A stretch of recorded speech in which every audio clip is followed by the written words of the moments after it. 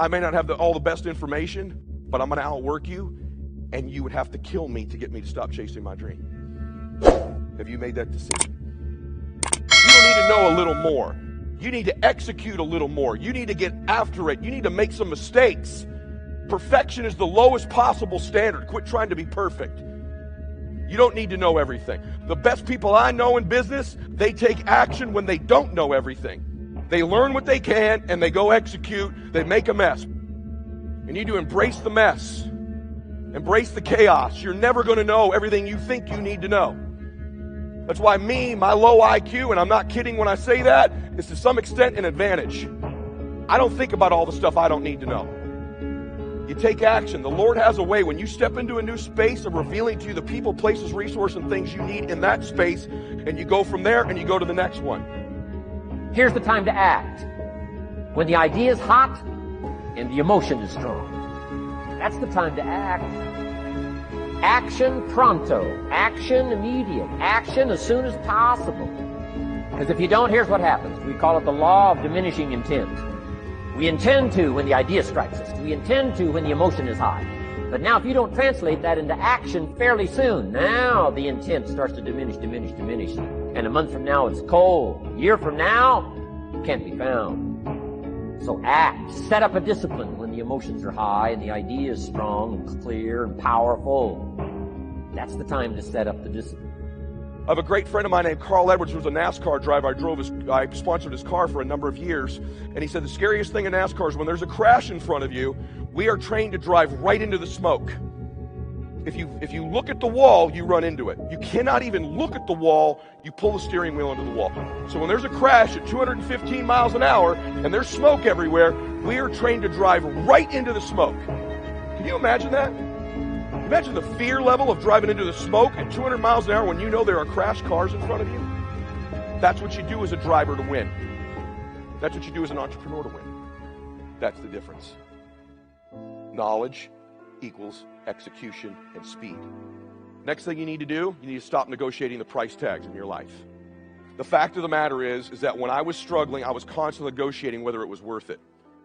Is it worth it? I'm away from my family. It's costing me money. I had to come to this seminar. Is it when you're negotiating the price you're paying all the time? Does that sound familiar to you? Yes or no?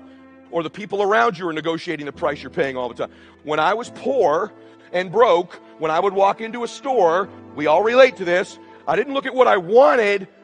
I looked at price tags and I flipped them over. What's it cost? What's it cost? What's it cost? What's it cost? I can get that one. When I looked at a menu, what's it cost? What's it cost? I'll get that. People who come from scarcity and are poor thinkers are constantly negotiating price. Wealthy people, there's a thin veil. They negotiate worth. There's a difference between cost and worth. Is what I'm doing worth it? Is what I'm doing worth it? Not what's it costing me.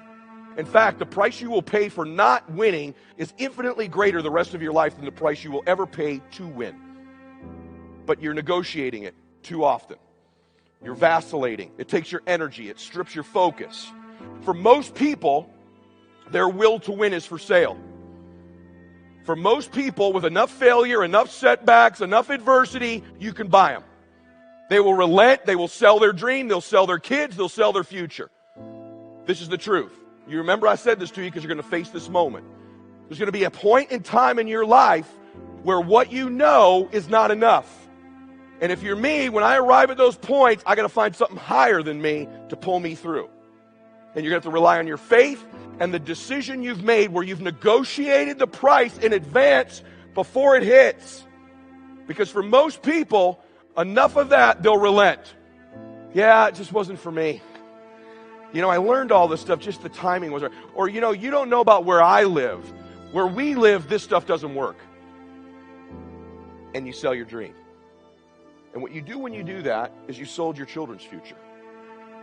You've sold your own future. You've relented and you've given in. I want you to think about that. Because when you go, nah, it wasn't for me. No. That's the easy way out. Nah, I decided I'm not going to pay that big a price for my grandkids' future.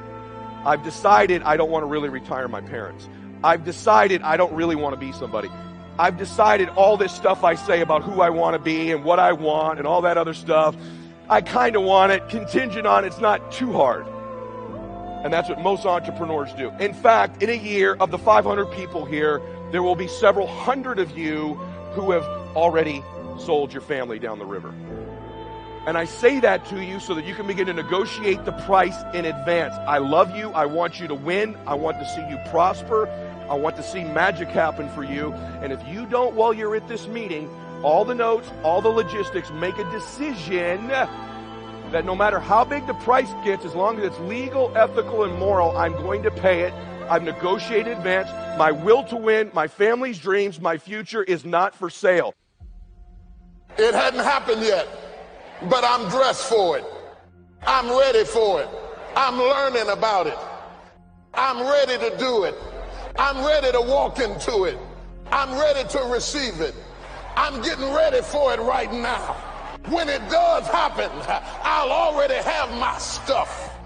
When it does happen, I'll already be in place. In other words, move into the place where the blessing is going to come. Have you ever noticed that whenever depression comes, one of the first things it tries to do is get you to stay in the house? Because the devil knows that in order to get a certain level of blessings, you have to be in a certain place. And he'll do anything he can to get you to be all dressed up, but in the wrong place. It's a dangerous thing to stay too long in a place that you're overdressed. It's all right to be in the lobby as long as you leave. But if you're going to stay in the lobby too long, it will mess things up, because you got to move into the place that you are preparing for. That's why no matter how much I love people, I can't stay in no place that I'm not trying to be. If I'm trying to go to the next level, it doesn't matter where I start. It matters where I finish. And I don't mind you seeing me dressed differently from you as long as you understand I'm on my way. You know, how y'all on the way to the beach, all have fun. You going to the pool, have a good time. Yeah, I'm going on over here. Why am I going in this direction? Because he's calling me. He's calling me. You go on wherever you want to go. Do what you want to do. But he's calling me. And when you start getting in the place, you don't fit. You don't fit, but you're there. See, being successful is lonely because you didn't fit where you came from, because you was dressed for where you're going. And you don't fit where you're going because you just left where you came from. And so you got to be prepared to be a misfit if God's going to give you this blessing. If you got to have a strong support system, you can't get this level of blessing because you're too in to be out, but you're too out to be in. You're too close to your destiny to let your history hinder you from getting to your destiny. And so when you start moving into your destiny, you're in the position, but you don't feel comfortable. Is there anybody in here who knows what it's like to be in a position that God gave you and you don't feel comfortable in it?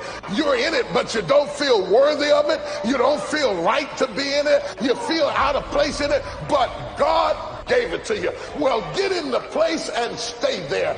God knew who you were when he put you in the position.